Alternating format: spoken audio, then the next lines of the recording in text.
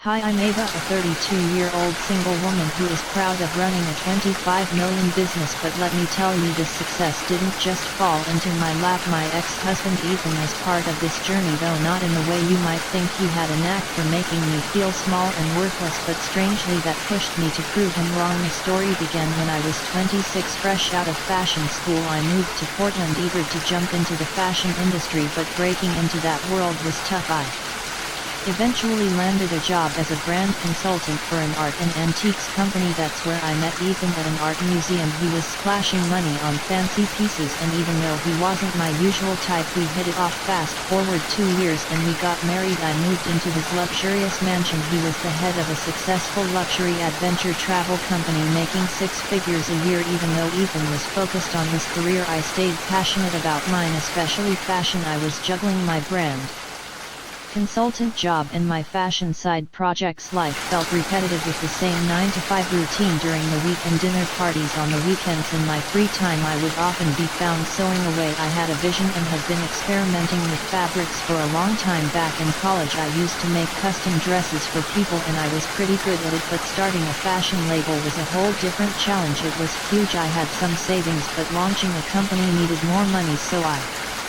asked Ethan for help. Hey, I've been thinking about starting a business. I've been putting my dreams on hold for too long, and since we're not planning on having a baby anytime soon, now seems like the perfect time. If that's what you really want, Ethan said. You know, running a business isn't easy. It's going to take a lot of hard work. I know, I replied. I thought it through, but I need your help. I know it's a big ask, but could you lend me some money? Are you kidding me? I promised when we got married that we'd be in this together. Of course, I'll help you. With Ethan's support I took the leap and started my own company. The first few months were crazy and the workload was overwhelming. I was working day and night, even on weekends, but as the months went on, things between Ethan and me started to fall apart. Our jobs were taking over our lives, leaving little time for each other. We barely talked, and having dinner together was a rare occasion. I kept telling myself that once the company found its footing I'd be able to balance things better, but life didn't go as planned. The company wasn't doing well. We had invested a lot of money into top quality materials and the best designers, but the customers just weren't coming. I couldn't figure out what was going wrong. Maybe the marketing wasn't working. My confidence took a nosedive and I started to think I had made a huge mistake. I needed a break, so Ethan suggested we throw a dinner party to reconnect with our friends. It had been a while since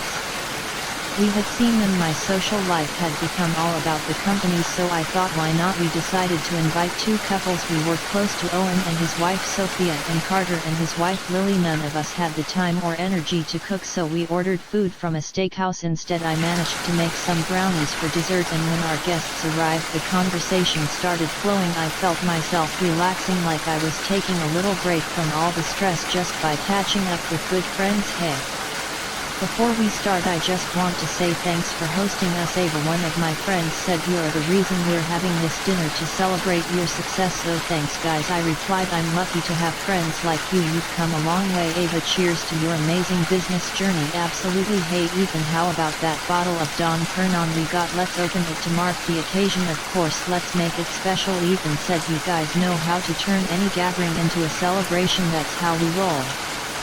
Here we go, the good stuff to friendship, success, and the little moments that make life special. Cheers. Alright, let's dig in. Everyone help yourself, someone said as we all started eating. Ava, you've really created something amazing with your creativity. I saw some of your designs in the back, Carter commented. Thanks, Carter, I said. It's been a wild ride. Seriously, you're like a business guru now, another friend added. I wouldn't go that far, but thanks, I laughed. You've got the drive, Ava. It's going to pay off soon, Carter encouraged. I'm just trying my best, I said, but then Ethan cut in. Ava's business venture sounds brave and all, but honestly running a company takes more than just passion. We've invested so much money in this business, but let's be real, it's a money-losing machine. Doug, that's harsh, someone said, trying to lighten the mood. I'm just being real here. If I had that kind of cash I could have done wonders, Ethan continued. Ethan, seriously, I asked, shocked. Hey Ava, not everyone's cut out for The business grind. Maybe you should have just stuck to making those dresses that look like grandma gowns, he added with a smirk. Alright, enough business talk guys, one of my friends said, trying to change the subject. Remember that epic road trip we took when the GPS led us through the middle of nowhere? Oh man, that was something. Another chimed in. I half expected dinosaurs to show up, but the damage was done. The whole vibe of the evening turned awkward. I sat there stunned thinking, did Ethan really just say all that? It was like I didn't even recognize him anymore. Had things between us really gotten this bad? The tension between Ethan and me lingered throughout the meal. I knew we'd need to talk once everyone left after the party wrapped up and our friends headed home. I took a quick shower and went to bed, still feeling uneasy. Hey, can we talk about what happened at dinner tonight? I asked Ethan as he got into bed. Ava, I'm wiped out, he said. Is that really how you feel? Do you think my company is just a joke? I pressed. Babe, I had a bit too much to drink earlier. Carter egged me on to chug 3 beers while you were hanging with the ladies, he mumbled. Ethan, this is serious, I said, feeling frustrated. Who are we? We barely talk or connect anymore. I need some honesty here. Honesty? Fine, your company is tanking big time. It's the worst investment I've ever made. Remember when I splurged on that crazy expensive vintage golf club? Yeah, this beats it in the dumb department. Honestly, you're not cut out for this. I'm struggling to believe this. You were so supportive when I first shared my business idea. Honey, as your husband I couldn't exactly shoot down your dreams. Wait, so you're saying you faked it sometimes? Yeah, you can get a bit dramatic, and honestly, if I've been completely honest, I thought you might hold it against me forever. You never told me that. Well, I'm telling you now, think about it. You got what you wanted, didn't you? Take them. We met at the museum. We were all about work, setting up that show. But instead of focusing on your job, you managed to snag a guy like me who's pulling in 6 figures. So you really think I married you just for the money? Let's be real for a second. You were stuck in that underpaid job until I invested in your company. You were and are nothing without me. I had other options, women doing better than you, but I picked you instead of complaining. Maybe show some thanks. You know what, Ethan, maybe we should take a break. I was devastated and hurt. Ethan was supposed to be my biggest supporter, but instead he acted like he was the one who made me. I started questioning everything about the man I married. Taking a break seemed like the right move to clear my head. Ethan always had a huge ego, you could tell by the way he talked to our family and friends, but treating me this way, that was a shocker. So I packed my stuff and stayed at my sister Grace's place for a while. She had her own spot and needed a roommate, so I moved in. Some of my work was done from home, not just at the office we rented for the company, so I ended up hauling a lot of stuff to Grace's too. Throughout all this, Ethan didn't say a word to me. It felt like a silent standoff. Setting up at Grace's and getting organized was confusing that first week, but they say everything happens for a reason. I threw myself into work, grinding day and night without a man in the picture. I had plenty of time to hustle. Grace introduced me to some new people who then connected me to more folks, and my network started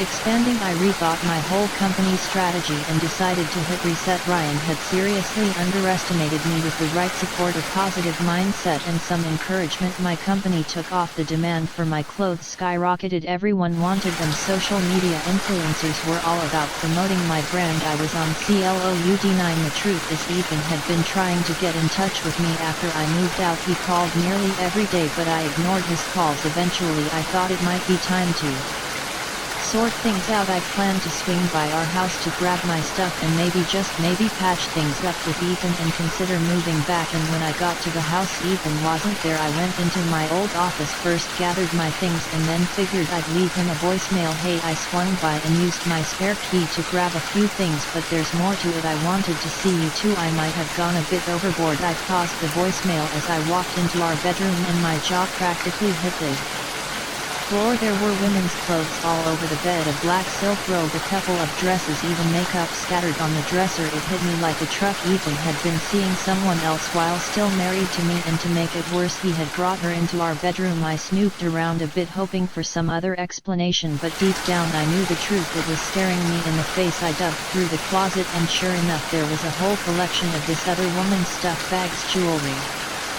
Choose you name it. I took the long way home, needing time to process everything. When I finally got back, I broke down in front of Grace. Hey, why the tears? Did things not go well with Ethan? My life with Ethan is done. Meg, know what happened? Did he say something? It's cool, we can talk to him and sort things out. It's not about what he said, Meg, it's about what I saw. I walked into our bedroom expecting to just grab my stuff, and what do I see? Another woman's clothes are everywhere. Wait a second, you saying he's been messing around with someone else, like cheating? Yep, he got it, and not just anyone else, Meg. He brought her into our bedroom, our freaking personal sanctuary. Can you believe that? Oh Sue, I'm speechless. That's like a whole new level of mess. I'm so damn sorry you're going through this. Honestly, Meg, I'm not sure if I'll ever be okay again. I mean, here I was second-guessing my decision to take a break from him, thinking I was overreacting, and then I walk in and Sue, listen to me.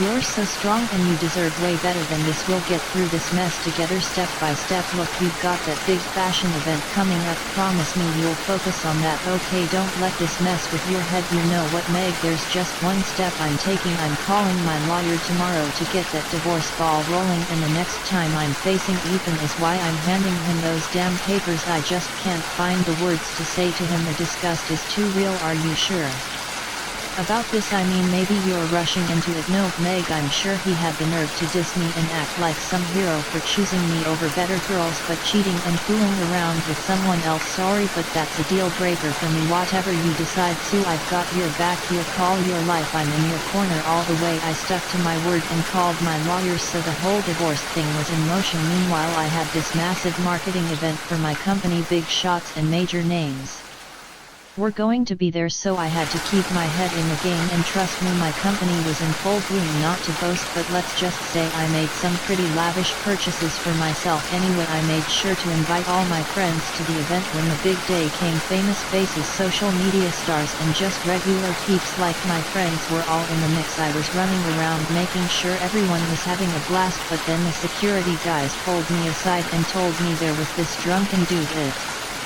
the entrance causing a ruckus. His name was Ethan. I was fuming. He must have heard about this through our mutual friends. I made my way to the entrance. Seriously, Ethan, is this who you've turned into? I could ask you the same thing. Just go, Ethan, there's no room for you here. And what about you? Look at this whole spectacle you created. What exactly are you trying to prove, Ethan? Can you just, you thought throwing a party and gathering people would magically make you important and successful? You're a screw up. This is a screw up. Let's not do this now, okay? We can talk tomorrow.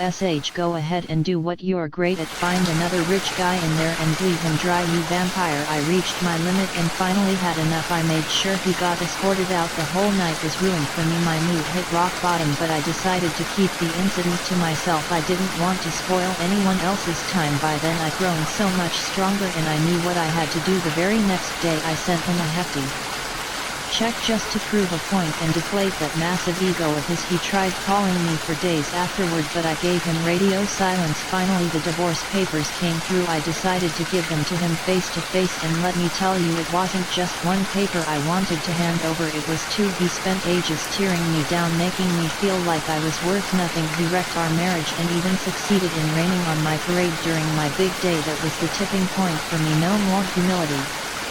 No more pitying him. Sometimes you've got to show your true self and stand up to these self-absorbed types. I headed over to our place, knocked on the door, and Ethan answered. We stepped inside. Honey, I'm sorry for everything. You know, it started as a joke and got out of hand. Yeah, we had our differences, but enough. Ethan, you think you're innocent in all of this. I know the truth. Ethan, what do you mean? You've been cheating on me while I was away, and I don't even know. Did this happen before I moved out?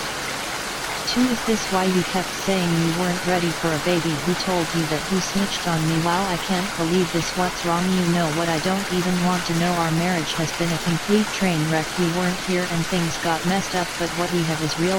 Ethan, you don't respect me, you don't love me, you just care about yourself. Is that what you think marriage is? I didn't even cash the check you sent me. I want us to be together. Let's move past this. You know what, you should cash it. It's just money, and honestly it means nothing to me, but you made such a fuss about it all these years. Come on, Ava, just let it go. What's your deal? I'll tell you what my deal is. I have two things for you. Check this out. What's this? Divorce papers. It's time we put an end to this mess. Wow, so you're really leaving me? You think you can just walk out like this? Ethan, it's not about thinking I can, it's about knowing I need to. Come on, Ava, you're not seriously doing this, are you? We've been through so much. Hold up, what's this? Oh, just a little something I thought you might find interesting. My balance sheet for the 25 million business you thought was a joke. Wait a minute, you're telling me this is your business? Ding ding ding, you got it, Ethan. The same business you called a money losing machine. But how the heck did you? Oh well, that's the thing. While you were busy doubting me, I was hustling behind the scenes, making strategic moves and building my empire. Surprise, no way, this is insane. You did all of this without me, yet without you it turns out I don't need someone dragging me down with their negativity. I can't believe it, you've outdone yourself. Funny how success looks good on me, huh? Ethan was seriously shaken. I've never seen him so speechless in my life. His whole I am or know-it-all vibe was gone. He seemed like he'd swallowed a lemon or something. With the divorce papers signed, I finally feel a sense of relief. I am officially single and ready to take on the world. Starting with New York, the fashion epicenter. Next month, word on the street is that Ethan has turned our old place into some kind of bachelor hangout. Apparently he's constantly moping around, wallowing in his own regrets. Meanwhile, I'm out here totally owning the success game. It's like this constant high of proving him dead wrong. There's no need for someone else to defy my worth. I've got that covered, thanks.